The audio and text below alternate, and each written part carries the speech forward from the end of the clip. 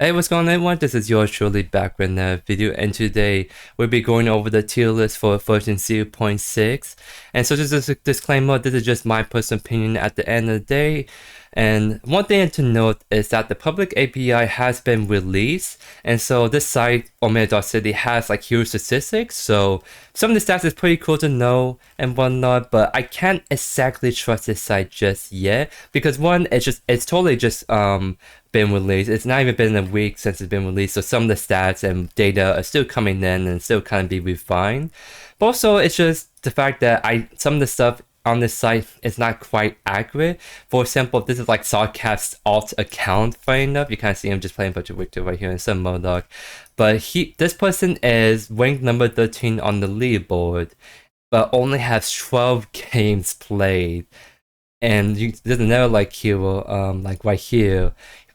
He's ranked 7 right now, and he only have 33 games played right now. So it's just I don't trust this site just because stuff like player MMR doesn't seem to be calculating right too. Because I even saw that custom games that were being played was also being calculated for MMR. So some of the data I can't trust just because it's obvious to see that something's not being done as good as it should be. So I can't exactly trust the data on these heroes right here. So I'm still going with my kind of best judgment and whatnot, just from my personal experience playing in like the high MMR and whatnot.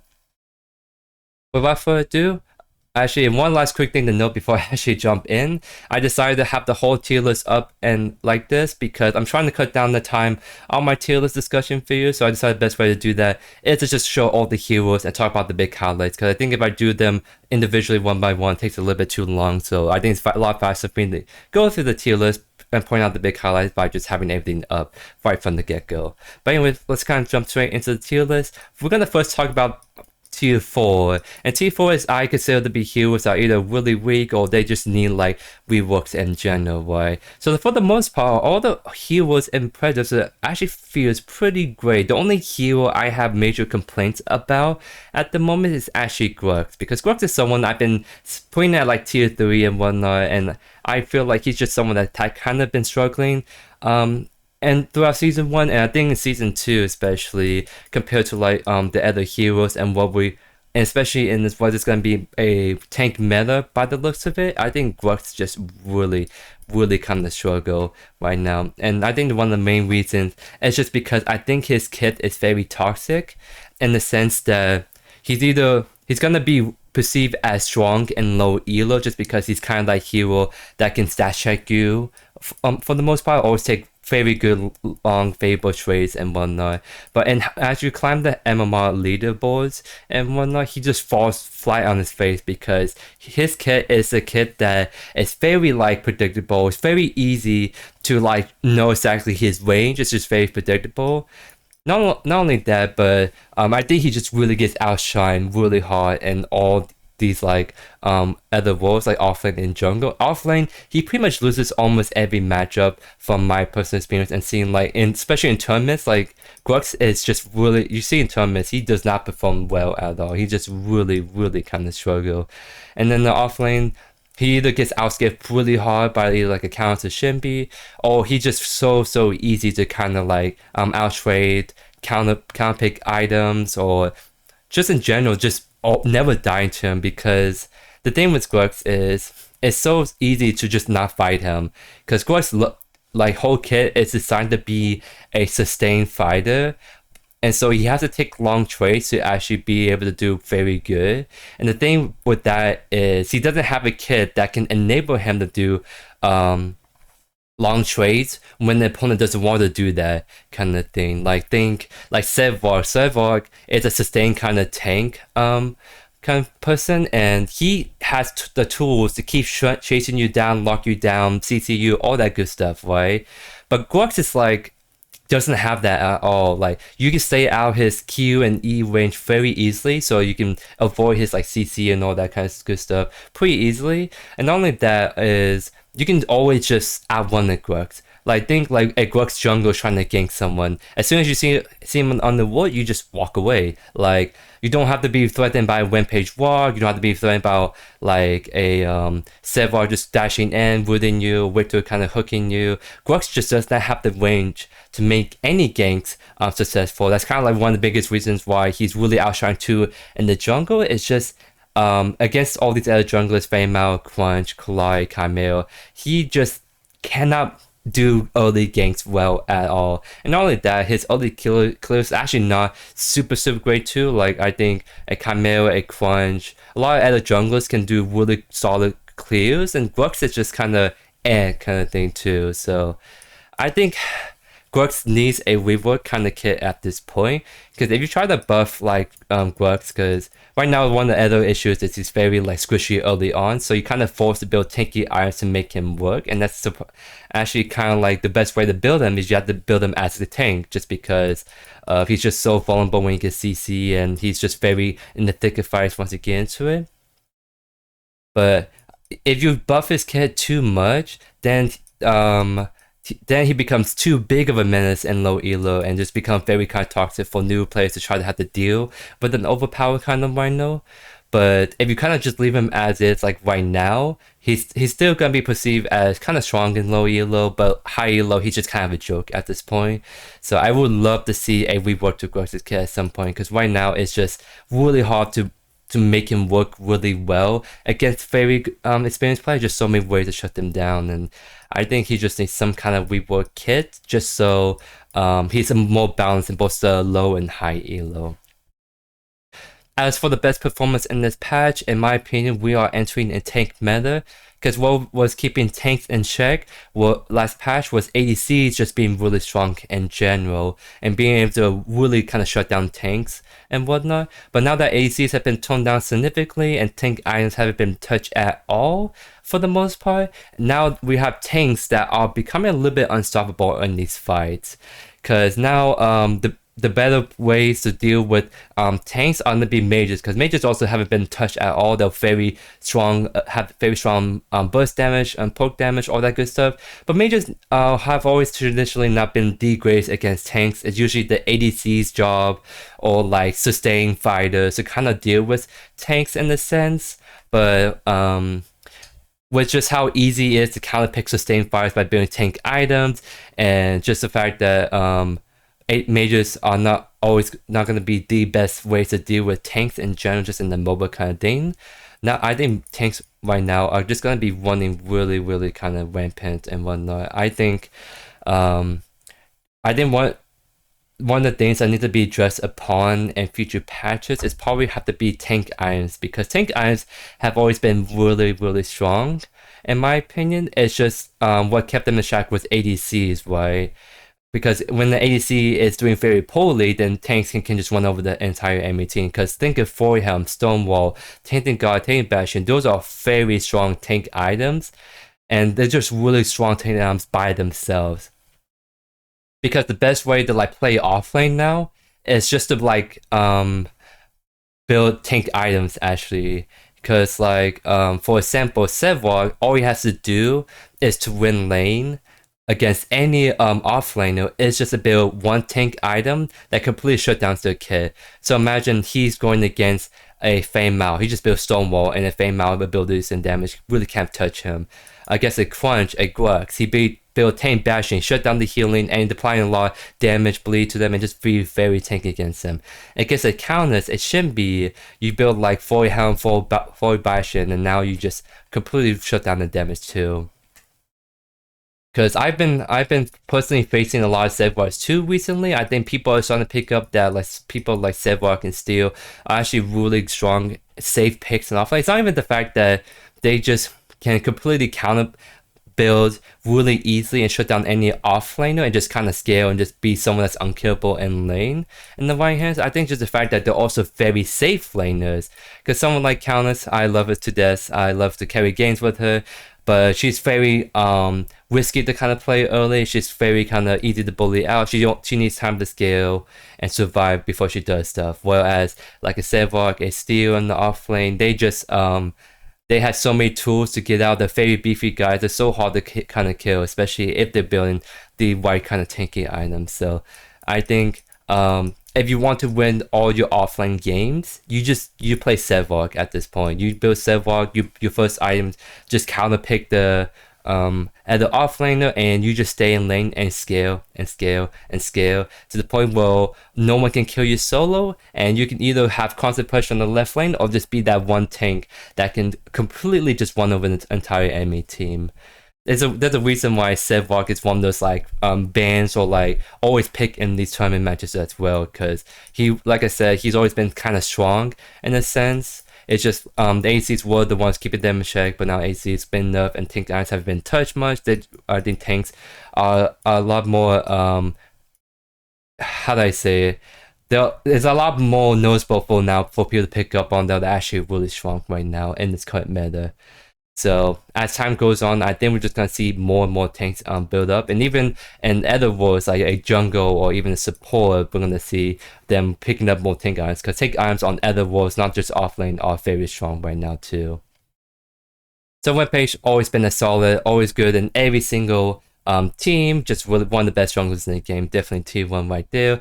The two best mid laners are going to be Gideon and Howard, so they've always been known as the strongest like mid laners. Gideon just having disgusting build paths with Shusel, Bracelet, Soul Barrel, Assert Core, World Breaker, that kind of thing. So you're just all people, you're unkillable, you're unCCable kind of thing.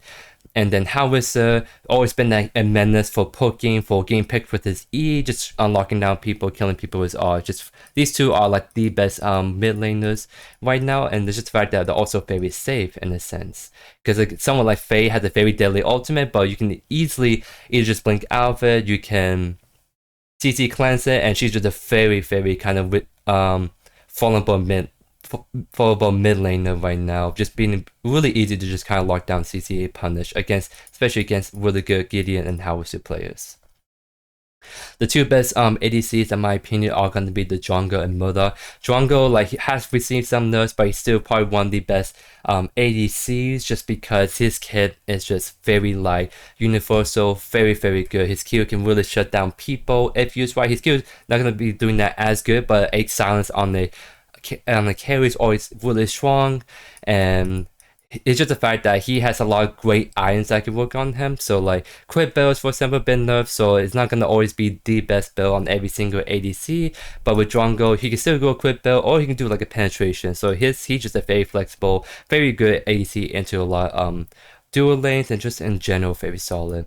Same thing with Murdoch. Murdoch is a very straightforward, very like powerful kind of crit kind of character. He has global pressure with his ultimate, so he can use it to just kind of snowball for free early if you can land his snipes and all that. But it's also the fact that he's always going to be someone that's going to be a little bit harder to lock down than duels, because he has a push away ability, he has mines, he has a E, he has a lot of ways to really self-peel for himself in fights.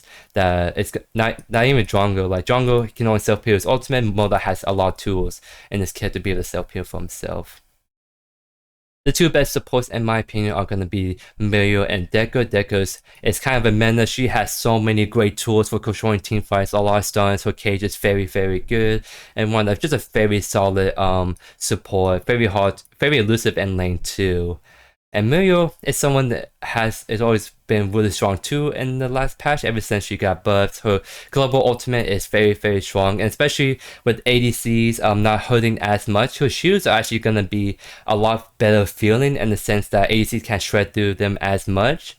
So her shield's gonna help her enable to do better trades in lane and whatnot. And I think just Mirio in general can just really enable the team to do really great things in all these team fights. So going for tier 2 great picks, we're gonna first talk about Crunch and Feimao. Both of them are great offlaners, but also great junglers. So in the jungle role, I will always love a Rampage over a Crunch or Feimao personally, but Crunch and Feimao are a bit better perceived as kind of like carry jungle picks, because Rampage you can of course carry with him, but if you want to really just obliviate an entire team and carry games, someone like Feimao and Crunch will be better suited for that. But they're not quite T1 picks, just because I think it's just the fact that Um, it's just they're a little bit more reliant on the team comp for like jungle at least, because they're not exactly like the kind of like they can't really tank that well at all. Like that sounds obvious, but you kind of reliant on your support offlane to be kind of like the frontliners if you want to go with these two picks. Like if you get a Countess offlane, a Deca support, then these two are and then they're gonna be really great for the jungle pick. You kind of force to play someone like a Rampage or even Victor for being like the more tanky role. But I think in general, these two are also really solid in the offlane too. It's just right now, like I said, I think we're getting into tank meta, and especially in the off lane against like the Sevrock and Steel, they can really get shut down by just one or two tank items, and they're forced to either like just keep like farming, can never kill the opponent that they're gonna get outscaled by, or they have to force to make impacts across the map by just roaming and whatnot. Shimmy, she's an offlane. She's a very kind of safe offlaner scaler. She's probably like the best comparison to Countess, except Countess is very risky, doesn't have much mobility. Shimmy has great mobility, has great ways to farm safely, even in bad matchups. So actually, Shimmy is going to be one of those heroes besides Seva that it's going to be, those two are going to be probably the best blind picks, just because even in unfavorable matchups, she can just kind of scale from afar and just be a huge lane split pusher menace. Victor, he's actually very solid right now. I'm not putting him T1 just because he's someone that's a little bit more skill expression oriented. He needs to land his hooks or he's not feeling like a great of a hero. So support, he's always been really solid, but now he's starting to get better with the offlane and jungle as well, especially with the tank meta being what a thing in my opinion. I think he's doing a lot better. He's just held back by the fact that if you don't land your hooks, he's a hero you're gonna really struggle with and can't really do much to snowball your team. Chimera he's a great pick. He's really great, really straightforward. Just kind of a great duelist. It's almost like a tier 3 in my head, but I think the fact that he's also, I think the one reason why he's pretty solid is because he's very good at invading counter jungle. He has a lot of good early pressure, and his clears are actually a lot better too in a sense. So I think Chimera is just going to be a great pick overall. You can't go wrong with him. So Gadget's really solid, but I think she gets outshined by getting Howitzer at the moment, but she's just not a bad pick at all. Her ultimate can be really deadly when used right, especially. Kira and Revenant, they're going to be tier 2 picks, ADCs in my opinion. It's just the fact that the nerfs to like crit build especially hurt these two a lot, and I think Revenant is almost a tier 3 pick just because he's actually a very snowballing hero. If he falls behind, he is very, very kind of bad because now his power spike has been delayed quite a bit. So, but he's still a solid tier 2 pick just because he can burst down characters really well, especially squishies in the mid to late game. Kira is a solid ADC, not the best just because she requires getting people's faces. She's not as safe at ADC as people think when compared to these two at least. Notbash, very solid support as always, and he can take really great advantage of the tank guys right now. So for the tier 3 picks, these are heroes that are actually really great heroes in the right hand. They're just either matchup dependent in lane, or they're like very skill dependent. So like for Countess, she's pretty like matchup dependent in a lot of cases, but also she's very skill dependent because a lot of the times on even grounds with the offlane or mid lane, she can really get bullied pretty hard. Just someone that's really hard to make work to, especially with tanks kind of signal wise. They're the kind of characters that can easily shut down the counts as well. And Kalai can be a huge menace in jungle. She can be really, really good in the right hands, but a lot of times I see Kalai get fed, but then they just all takes one CC and she get completely obliterated. So she's someone that she has a very fine line that if you trip over, you just fall flat on your face. And Phase, as I mentioned, she's very strong ultimate and whatnot, but she's very, very easy to lock down and very vulnerable in laning phase. Pelika, she's pretty solid, but I think she's one of those more skill-dependent heroes. If someone were kind of new to the game, they're way better off playing like getting Howitzer. Pelika requires a lot more skill and experience in the mid lane to be able to use her pretty good. Faye is also someone that's also pretty solid too, in my opinion. It's just she's a very like she's kind of like the Clive and Faye, where they have a more fine line, or while they're a lot easier to punish and lock down. So you have to play her very good positional wise that not everyone may or may not be able to do well. So I think compared to other ADC especially, she's a very kind of high risk, high reward kind of ADC. Phase. So this is kind of like the last hero. We can kind of end off with the new hero of this patch, and Phase is an interesting spot.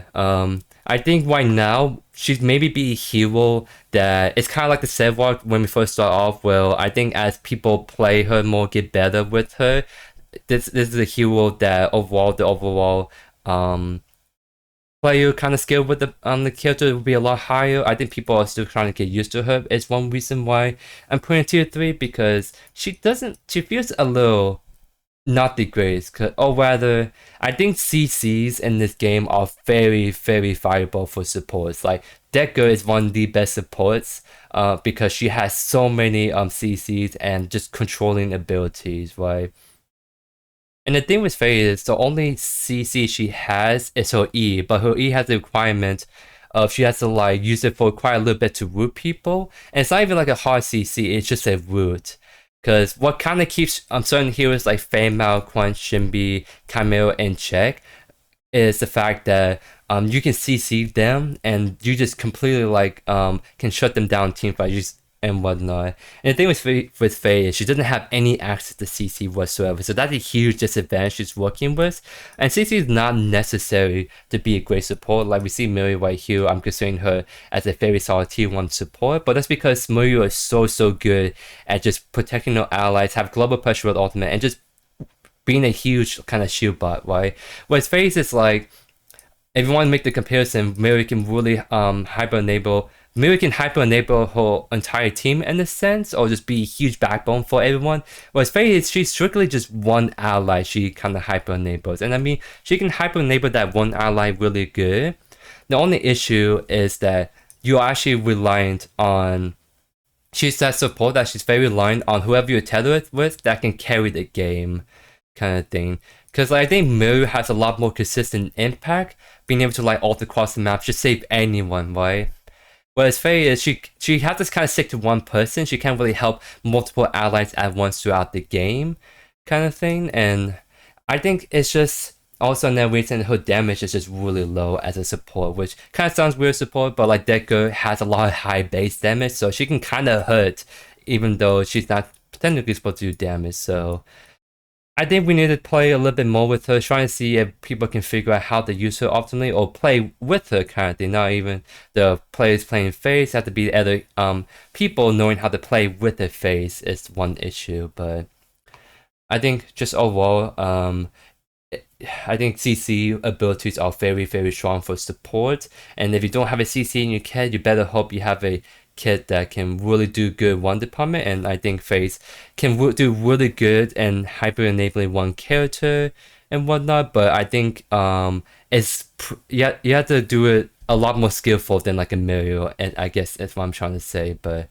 that's just kind of my whole kind of general thoughts on Phase. So you guys can definitely let me know in the comments what you guys think of Phase. I think she's, like I said, she's solid. Like these heroes tier 3 are solid. They just tend to be more matchup skill dependent kind of heroes.